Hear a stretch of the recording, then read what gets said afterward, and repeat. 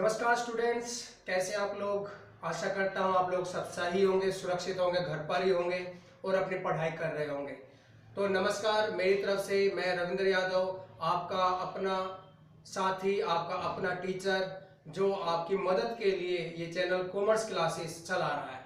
और आप घर बैठकर इस चैनल के माध्यम से अपनी पढ़ाई कर सकते हैं। इस चैनल के ऊपर आपको 12th क्लास का, 11th क्लास का बिजनेस स्टडी और अकाउंटेंसी क्लासेस आपको मिल जाएंगी। वैसे ही क्लास मिलेगी जब जो आप लोग स्कूल के अंदर करते हैं, स्कूल्स के अंदर करते हैं, स्कूल क्लासरूम में करते हैं, वही सब प्रोसीजर है, वही सारे मेथडोलॉजी मैं यूज कर रहा हूँ। तो बने रहे मेरे साथ। और इस चैनल पर जो बच्चे नए हैं, जो स्टूडेंट्स नए हैं इस चैनल पर, वो इस चैनल को लाइक करें, सब्सक्राइब करें और ज्यादा ज्यादा शेयर करें, जिससे सभी बच्चे और ज्यादा बच्चे इसका फायदा उठा सके, इसकी मदद ले सके। तो आज का जो टॉपिक है वो टॉपिक है बिजनेस स्टडी का चैप्टर ऑर्गेनाइजिंग। ये हमने एक क्लास उसकी हो चुकी है ऑर्गेनाइजिंग की। जो बच्चे वो चैनल वो क्लासेस नहीं देख पाए हैं तो मैं यहाँ पर एक लिंक डाल दूंगा, आप उस पर क्लिक कर उस वीडियो के अंदर जा सकते हैं। तो अब शुरुआत करते हैं। आज का जो टॉपिक है वो टॉपिक है ऑर्गेनाइजिंग का, जिसके अंदर आज हम बात करेंगे इंपॉर्टेंस ऑफ ऑर्गेनाइजिंग, यानी कि संगठन का महत्व क्या है। देखिए, हमने प्लानिंग के बाद, मैनेजमेंट का जो मेन फंक्शन है प्लानिंग, उसके बाद बात कर रहे हैं ऑर्गेनाइजिंग की। तो ऑर्गेनाइजिंग में क्या चीजें चल रही हैं, क्या नहीं चल रही हैं, और ऑर्गेनाइजिंग होना जरूरी है, ऑर्गेनाइजिंग का महत्व क्या है, इंपॉर्टेंस क्या, आज हम उसी बात पर डिस्कस करेंगे। क्योंकि प्लानिंग, जितने भी और काम है इससे पहले के अगर काम प्लानिंग है, वो जो फंक्शन है वो जब तक यूजफुल नहीं है, जब तक वो एक इफेक्टिव ऑर्गेनाइजिंग नहीं होगा। क्योंकि प्लानिंग को इम्प्लीमेंट कहाँ किया जाएगा, ऑर्गेनाइजिंग के द्वारा, ऑर्गेनाइजिंग के ऊपर ही किया जाएगा। अगर संगठन मजबूत है तो वो संस्था, वो बिजनेस, वो ऑर्गेनाइजेशन भी मजबूत है। संगठन ही और संगठन का स्वरूप ही एक व्यवसाय को लॉन्ग रन के लिए चलाने के लिए, लॉन्ग रन में कैसा चलना है, लॉन्ग रन में क्या रहेगा, ये उसके ऊपर बेस करता है ऑर्गेनाइजिंग स्ट्रक्चर के ऊपर। तो आज हम बात करेंगे ऑर्गेनाइजिंग के महत्व के बारे में। तो शुरुआत करते हैं अपनी क्लास, आगे बढ़ते हैं। चलिए, आज की क्लास के अंदर हम बात करेंगे, टॉपिक है importance of organising. Importance of organising, देखिए ऑर्गेनाइज के महत्व क्या है। तो सबसे पहला बेनिफिट्स है, पहला इंपॉर्टेंस है benefits of specialisation. Benefit of specialisation. Second है क्लैरिटी इन वर्किंग रिलेशनशिप। देखिए, सबसे पहले बात करते हैं बेनिफिट ऑफ स्पेशलाइजेशन। सेकंड इसका इंपॉर्टेंस है clarity in working relationship. Third, effective administration. Next, optimum utilisation of resource. Next, adaptation of to change. Next, development of personal, and last not the least, expansion and growth. तो अब हम इसके बारे में detail से पढ़ेंगे। अब इसके बारे में एक्सप्लेनेशन देखते हैं। देखिए, तो सबसे पहला आ रहा है हमारे पास benefit of specialization. That is a very important importance of organising. देखिए, बेनिफिट ऑफ स्पेशलाइजेशन, स्पेशलाइजेशन का मतलब क्या है, विशिष्टीकरण। विशिष्टीकरण के क्या लाभ है। देखिए, विशिष्टीकरण के यहाँ पर ऑर्गेनाइजिंग मैं बात करता हूं कि सभी कार्य, एक संस्था के सारे कार्य या सभी कार्य, काफी सारे कार्य हो सकते हैं, वो एक व्यक्ति अकेला नहीं कर सकता। उसके लिए हम वर्क को, हम पहले पढ़ चुके हैं, वर्क को हम बांट देते हैं छोटे छोटे इकाइयों में, स्मॉल यूनिट्स के अंदर हम डिवाइड कर देते हैं, divide of work in small units. जब स्मॉल यूनिट्स में वर्क डिवाइड कर देंगे तो उन वर्क को उसके निर्धारित एबिलिटी, जिस कर्मचारी की उस कार्य को करने की योग्यता है, जो व्यक्ति, जो कर्मचारी उस कार्य को लगातार कई सालों से करता आ रहा है, तो उसी व्यक्ति को ही वो कार्य सौंपे जाएंगे, जिससे कि क्या होगा, उस कार्य में स्पेशलाइजेशन होगी और उस कार्य के अंदर विशिष्टता के गुण प्राप्त होंगे और उस संस्था को विशिष्टता के लाभ प्राप्त होंगे।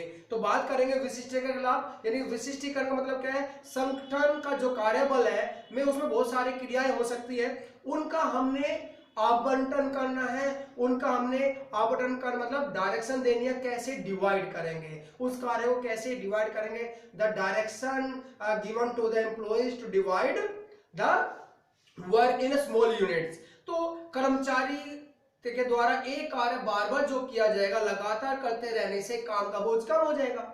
जो एक कर्मचारी एक कार्य को लगातार करता रहता है तो उससे क्या होगा, उसको उस पर उस कार्य का बोझ कम हो जाता है। देखिए, एक कर्मचारी को बार बार नया काम दिया जाएगा तो उसको सीखने का टाइम लगेगा, उसको करने का अलग से टाइम लगेगा, उसको ट्रेनिंग देनी होगी और उसको भी लगेगा कि मेरे ऊपर कार्य का बोझ है। तो अगर एक ही कार्य को बार बार दिया जाएगा तो उससे क्या होगा, कर्मचारी द्वारा एक ही कार्य को लगातार करते रहने से क्या हो जाएगा, काम का बोझ कम होगा और वो काम का बोझ नहीं मानेगा। और लगातार एक ही कार्य को करने से पुनरावृत्ति मतलब रिपीटिशन जो होगी, पुनरावृत्ति से कर्मचारी का अनुभव, जो बार बार वो उस कार्य को कर रहा है तो उससे उस क्या होगा, उसका अनुभव भी प्राप्त करता है। वो उस अनुभव का लाभ किसको होगा, संस्था का होगा, और जिससे कि वो आगे चलने वाले समय में उस कार्य को औरों से बेहतर कर पाएगा। तो that is the very importance of organising का सबसे पहला इंपॉर्टेंस है बेनिफिट ऑफ स्पेशलाइजेशन, यानी कि कार्य को उसी व्यक्ति को सौंपा जाएगा जो उसके बार बार उस कार्य को करता है, जिससे कि उसका स्पेशलाइजेशन प्राप्त हो। सेकेंड वन बात करते हैं clarity in working relationship. Clarity in working relationship का मतलब क्या है, यहां बात करें कि क्लैरिटी इन वर्किंग रिलेशनशिप मतलब कि प्रत्येक कर्मचारी को यह स्पष्ट होगा कि उसका कार्य क्या है, उसको किस कर्मचारी से, किस ऑफिसर के साथ, किस अधिकारी से उसने कार्य का रिपोर्टिंग करना है और किसके प्रति उसकी अकाउंटेबिलिटी होगी। जब ये रिलेशन स्पष्ट होगा, जब ये रिलेशन क्लैरिटी होगी वर्किंग की, तो कार्य अच्छे से हो पाएगा, कार्य को सुगमता से किया जा सकता है, कार्य में पुनरावृत्ति नहीं होगी, कार्य में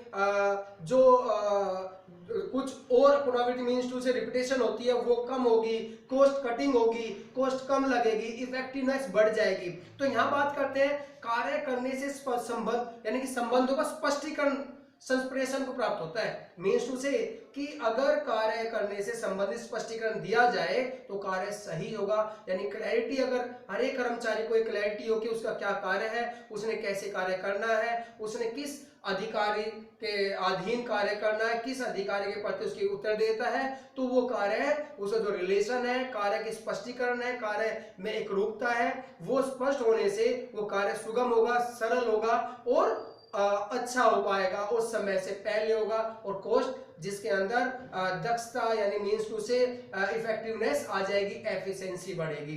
तो यहाँ पर कहता है कि कौन कर्मचारी किसको रिपोर्ट करना है, या यह एक एक करके बताया जाता है कि कौन किसको रिपोर्ट करेगा। यह सूचना अनुदेशों को स्थानांतरण में भ्रमों को दूर करेगा, यानी कि जो भ्रम होते हैं एक कर्मचारी को कि उसने किससे कार्य लेना है और कौन कार्य के प्रति उसका उत्तर देता है और किस ऑफिसर के अंडर वो सबऑर्डिनेट है, तो ये स्पष्ट होना चाहिए, तभी कर्मचारी कार्य कर पाएगा। तो ये जो ऑर्गेनाइजिंग है ये स्पष्ट करता है। ऑर्गेनाइजिंग का सेकंड इंपॉर्टेंस क्या है कि प्रत्येक कर्मचारी को अपने कार्य के प्रति क्लैरिटी होगी। जब वो क्लैरिटी होगी कि उसने किसके प्रति रिपोर्ट करना है, किसके प्रति उसका उत्तर देता है, किसके प्रति उत्तरदायित्व निभाना है, किसके प्रति उसकी उत्तर देता रहेगी, जब एक प्रत्येक कर्मचारी की सीमा होगी कि उसकी उस कार्य करने की सीमा ये होगी, उसकी निर्धारित उत्तर देता ये होगी, तो और उसके अधिकार ये होंगे, तो वो कार्य आसानी से कर पाएगा, वो कार्य स्पष्ट होगा, कार्य सरल होगा, वो कार्य में पुनरावृत्ति की गुंजाइश नहीं के बराबर होगी। क्लियर? Next, effective administration. देखिए सेम इसी तरह से इफेक्टिव एडमिनिस्ट्रेशन मतलब प्रभावी प्रशासन। प्रभावी प्रशासन का मतलब यहां पर क्या है कि जब एक संगठन के अंदर कार्य, जो भी कार्य है संगठन के कार्य तथा तत्संबंधित जो कर्तव्य है वो स्पष्ट होंगे, जब यानी कि कार्य और उससे संबंधित कर्तव्य जब स्पष्ट होंगे तो क्या होगा, इससे भ्रम या असमंजस, भ्रम मतलब मीन्स टू से डाउट, और या फिर कोई समस्याएं या फिर पुनरावृत्ति मीन्स टू से मतलब किसी कार्य का दोहरावपन वो उसी से बचाएगा। मतलब जब किसी दोबारा देखिए इफेक्टिव एडमिनिस्ट्रेशन मतलब प्रभावी प्रशासन के अंदर क्या होगा, व्हेनेवर जब एक कर्मचारी को कार्य और उससे संबंधित कर्तव्य स्पष्ट होंगे तो उससे क्या होगा, कार्य का दोहरावपन और दूसरा असमंजस से वो बचा रहेगा, कार्य का बचाव होगा और कार्य से संबंध स्पष्ट, अगर कार्यकरण से संबंधित जो स्पष्ट संबंध होते हैं उससे क्या होगा कि एक प्रबंध, संगठन का प्रबंध सुगम होगा, संगठन का प्रबंध सुगम होगा तथा प्रशासन प्रभावपूर्ण रूप से कार्य करेगा। यानी कि कार्य से संबंधित कर्तव्य जब स्पष्ट हो जाएंगे तो प्रशासन उसका प्रभावपूर्ण होगा, एडमिनिस्ट्रेशन सही होगा और वो अच्छे से कार्य कर पाएगा। नेक्स्ट देखिए, दोनों में थोड़ा सा ही डिफरेंस है पर आप इसके लिए पॉइंट ऑफ कर सकते हैं, या वर्किंग रिलेशनशिप है या एडमिनिस्ट्रेशन से रिलेशन है। Next, optimum utilisation of resource.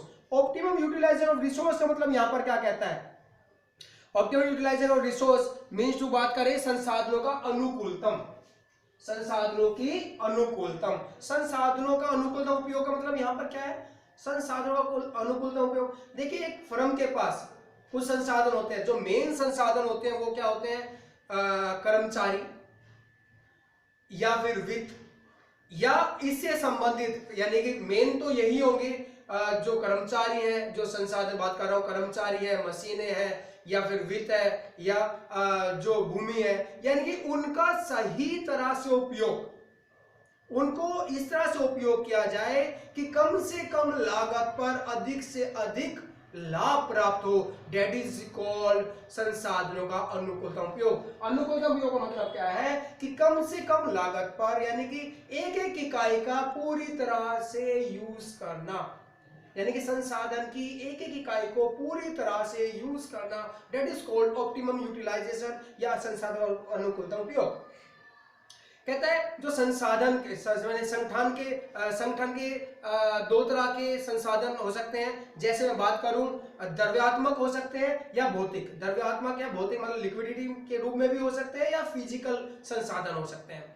तो लिक्विडिटी के रूप में तो बात करते हैं हम वित्त की, तथा अगर मैं बात करूं वित्तीय और तथा मानव संसाधन, संगठन के द्वारा सभी द्रव्यात्मक या भौतिक तथा वित्तीय एवं मानव संसाधन का यथोचित उपयोग संभव होता है अगर एक सही ऑर्गेनाइजिंग होगा। ऑर्गेनाइजिंग ही एक ऐसा माध्यम है जिससे संसाधनों का अनुकूलता उपयोग संभव हो पाएगा। अगर ये नहीं होगा तो वो संसाधनों का अनुकूलता उपयोग नहीं कर पाएंगे। क्लियर? काम का उपयुक्त आवंटन होगा, कार्य का सही से मतलब डिवाइड होगा, आवंटन मतलब डिवाइड होगा। दूसरा, काम की लिपापोती से बचेगा, यानी काम की लिपापोती मींस टू से कार्य ना करके कार्य को करने का संदेह, कार्य को करने का दिखावा, दैट इज कॉल्ड लिपापोती जिसे बोलते हैं, से उसे बचाएगा। संसाधनों का सर्वोत्तम उपयोग को संभव बनाता है, काम के दोहरेकरण को दूर रखता है, जिससे प्रयासों तथा संसाधनों में अपव्यय को कम करता है, यानी कि वेस्टेज, किसकी वेस्टेज, संसाधन की और प्रयत्न की। आप जब देखिए एक व्यक्ति कार्य कर रहा है, देखिए केवल संसाधन का मतलब ये भौतिक संसाधन का मतलब या वित्तीय संसाधन मतलब ये नहीं है कि वो ही खराब होगा। एक व्यक्ति जब प्रयास करता है किसी कार्य को और वो ना हो, दोबारा से 3 बार वो कार्य करता है, तो उससे क्या होगा, उसे उस मैन पावर, जो man power is also resource, important resource, तो उसका भी अपव्यय होता है, उसकी भी वेस्टेज होती है, उसको भी बचाएगा। तो एक अच्छा संसाधन का इंपॉर्टेंस क्या है कि एक अच्छे संगठन की इंपॉर्टेंस क्या है कि वो अपने संसाधनों का अनुकूलतम उपयोग संभव बनाता है। और संभव जब बनेगा तो क्या होगा, अपव्यय खत्म हो जाएंगे, वेस्टेज कम होगी और एक एक यूनिट यानी संसाधनों की प्रत्येक यूनिट का लाभ संगठन को प्राप्त होगा, यानी इस व्यवसाय को प्राप्त होगा। ठीक है? नेक्स्ट अगले बात करते हैं adaptation to change. Adaptation to change means to say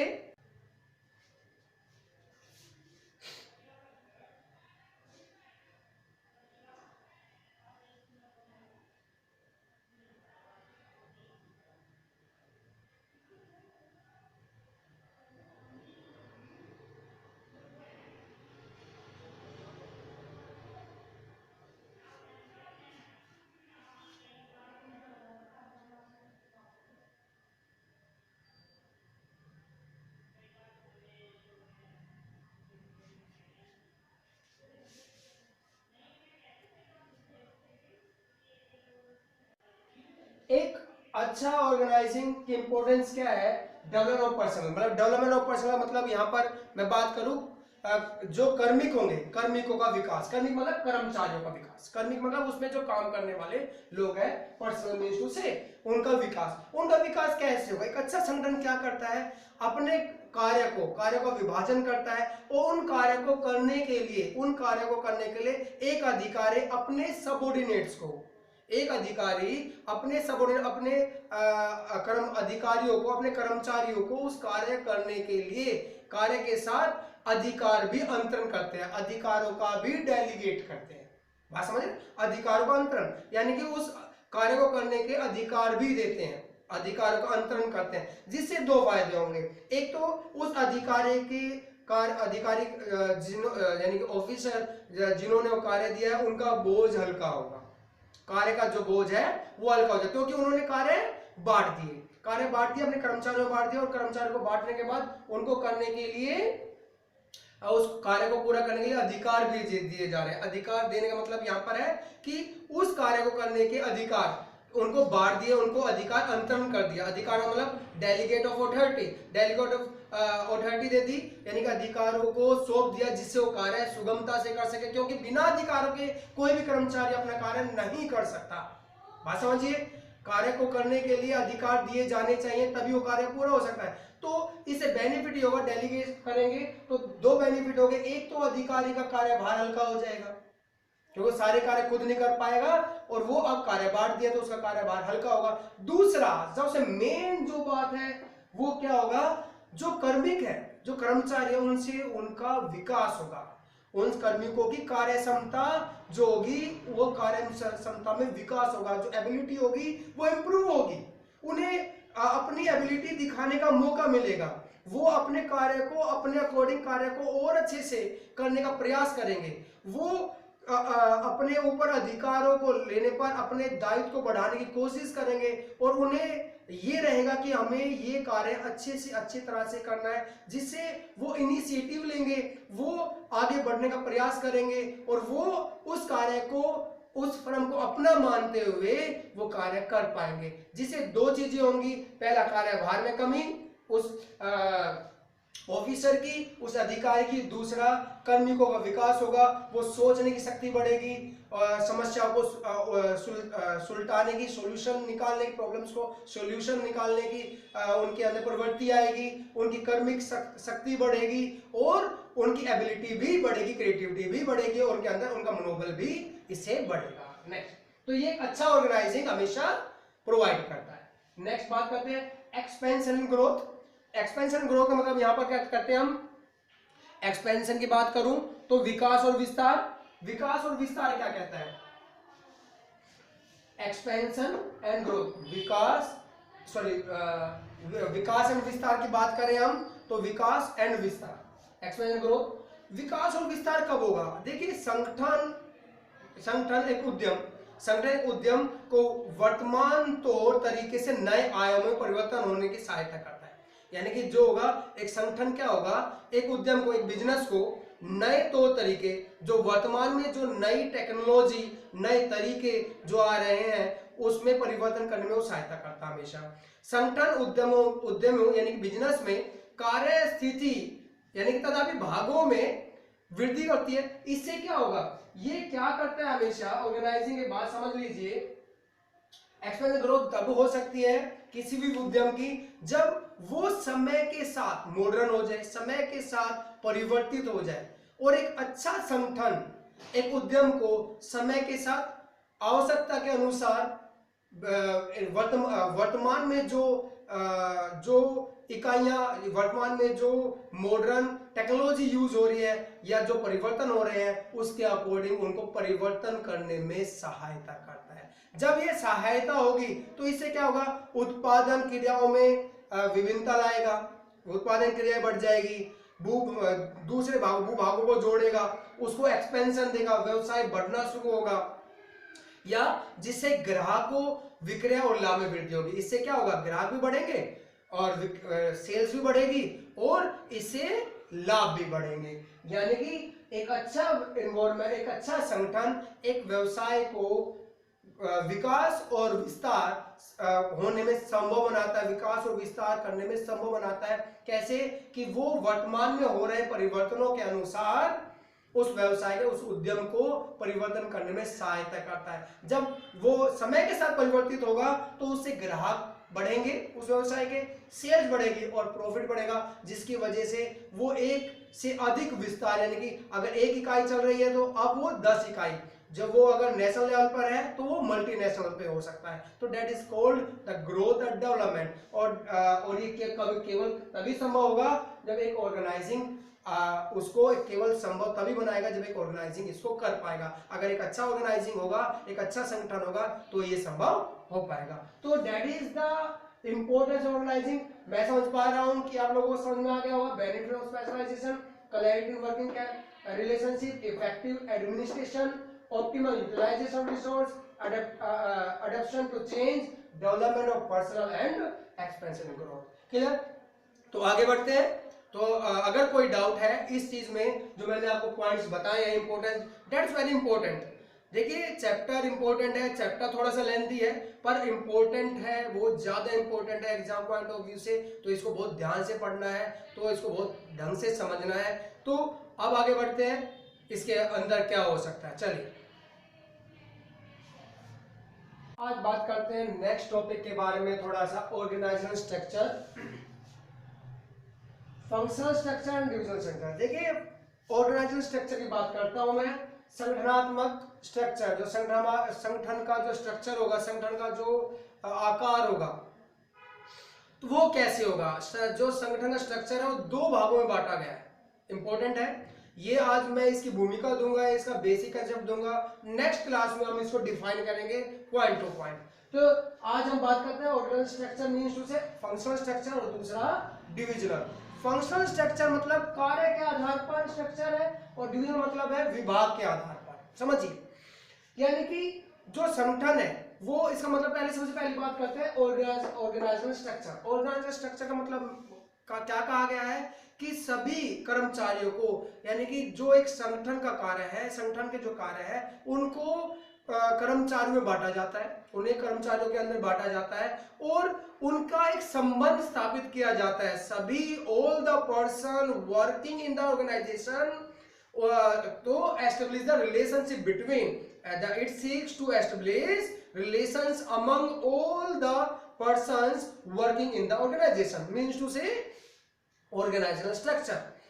Under the organizational structure, अगर बात करूं, under the organizational structure various posts are created to perform different activity for the attainment of the objective of the enterprises। यानी कि अलग अलग जो पद होंगे, यानी कि यहाँ बात कर रहा हूं मैं, स्ट्रक्चर का मतलब यहाँ क्या है कि जितने भी लोग काम करते हैं उनको कार्य के साथ संबंध स्थापित करना, उनके कार्य के साथ लोग जो भी जितने भी संगठन में कार्य करते हैं उनका कार्य के साथ संबंध स्थापित करना ही ऑर्गेनाइजेशनल स्ट्रक्चर के नाम से जाना जाता है, यानी कि संगठनात्मक ढांचे के नाम से जाना जाता है। यहाँ पे बताया जाता है कि एक कार्य को करने के लिए विभिन्न पद बनाए जाएंगे, विभिन्न पद यानी कि अलग अलग कार्य के लिए अलग अलग पद बनाए जाते हैं कि जैसे सेल्स, जैसे परचेज, जैसे मार्केटिंग।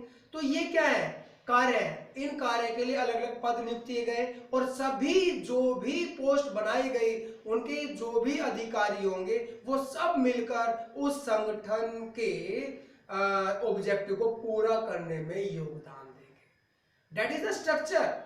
यानी कि ये एक व्यवसाय की, एक उद्यम की सफलता उसके स्ट्रक्चर के ऊपर निर्भर है, उसके ऑर्गेनाइजेशन स्ट्रक्चर पर निर्भर है। अगर उसका संगठनात्मक ढांचा उस कार्य के अनुरूप है तो वो सक्सेस होने के चांस उसके ज्यादा होंगे। अगर उसके अनुरूप नहीं है या अनुकूल नहीं है ढांचा तो उसके सक्सेस होने के चांस भी कम होंगे। तो that is called organisation structure. मतलब ऑर्गेनाइजेशन स्ट्रक्चर दोबारा समझिए कि it's refer to establish relations among all the persons working in the organization। Under the organizational structure, various posts are created to perform the different activity for attainment of job, attainment of the objectives of the enterprises. यानी कि सभी जो post होंगे, सभी जो पद होंगे, वो सब ऑब्जेक्टिव को पूरा करने में मदद करेंगे. तो इसी के अंदर आता है स्पैन ऑफ मैनेजमेंट की बात करूं मैं, तो मीन्स टू से एक कर्मचारी के यानी कि एक अधिकारी के अंडर कितने कर्मचारी या कितने एक अधिकारी के कितने सबऑर्डिनेट्स कार्य करेंगे, वो कितने को मैनेज कर पाएगा, कितने को वो कार्य कंट्रोल कर पाएगा, that is called span of management. ये स्पैन ऑफ मैनेजमेंट का मतलब क्या है कि कर्मचारियों से कार्य कराने का एक एक्सटेंट. स्पैन ऑफ मैनेजमेंट कहता है एक सबऑर्डिनेट के एक अधिकारी के द्वारा कितने सबऑर्डिनेट के द्वारा कितने सबऑर्डिनेट उसके अंदर कार्य करेंगे. दोबारा समझिए, स्पैन ऑफ मैनेजमेंट कहता है एक अधिकारी के अंडर कितने उसके कर्मचारी कार्य करेंगे, कितने कर्मचारी उसके अंडर कंट्रोल होंगे, कितने कर्मचारी उनके अंदर कार्य कर पाएंगे, that is called span of management. तो यह बात कर रहा हूं मैं ऑर्गेनाइजेशन स्ट्रक्चर की. और आज अब बात करते हैं, ये दो तरह में बांटा गया है. जो संगठन ढांचा है वो अभी तक दो तरह से आपके कोर्स के अंदर दो तरह से बांटा गया है. फर्स्ट फंक्शनल स्ट्रक्चर और दूसरा डिविजनल स्ट्रक्चर. फंक्शनल स्ट्रक्चर मतलब कार्य के आधार पर, कार्यात्मक, जिसे हिंदी में बोलते हैं कार्यात्मक ढांचा, और ये विभागीय ढांचा, विभागात्मक, हिंदी बोलेंगे विभागात्मक. कार्यात्मक ढांचा मतलब कार्य के आधार पर स्ट्रक्चर बनाना है यहाँ पर, और ये विभाग के आधार पर स्ट्रक्चर बनाना है. तो इस क्लास की जो ये इंपॉर्टेंट टॉपिक है, इस टॉपिक को हम पूरा करेंगे नेक्स्ट क्लास में, क्योंकि अगर मैं इसको टॉपिक को करने चलूंगा तो ये जो क्लास होगी बहुत लंबी हो जाएगी, और जो आप लोगों के लिए भी समस्या होगी और मेरे लिए भी उसको अपलोड करने में समस्या होगी. तो नेक्स्ट क्लास में हम यही लेंगे topic, organisation structure, functional and divisional. तो आज मैं सभी से रिक्वेस्ट करूंगा दोबारा से, जो बच्चे इस चैनल पर नए हैं वो इस चैनल को ज़्यादा सब्सक्राइब करें, लाइक एंड शेयर करें. तो मैं समझता हूँ मेरी क्लास आपको समझ में आ गई होगी. ये जो क्लासेस जो चल रही है, पर आप मेरे साथ बने रहे. मैं आपकी जो टॉपिक है यानी कि एनसीईआरटी का जो सिलेबस है या जो सीबीएसई का सिलेबस है, वो इन क्लासेस के अंदर मैं पूरा कराऊंगा. जो स्टूडेंट्स इन क्लासेस को रेगुलर देख लेंगे या उसको अच्छे से कर पाएंगे, तो वो मैं गारंटी देता हूँ वो एक अच्छे मार्क्स के द्वारा एक अच्छे मार्क्स लेंगे अपने बोर्ड एग्जाम में. तो घर बैठकर स्टडी करें, स्वस्थ रहें, सुरक्षित रहें. तब तक के लिए मैं आपसे लेता हूँ विदा. नेक्स्ट क्लास में होगी मुलाकात. धन्यवाद, नमस्कार. Thanks for watching. Please like, share and subscribe.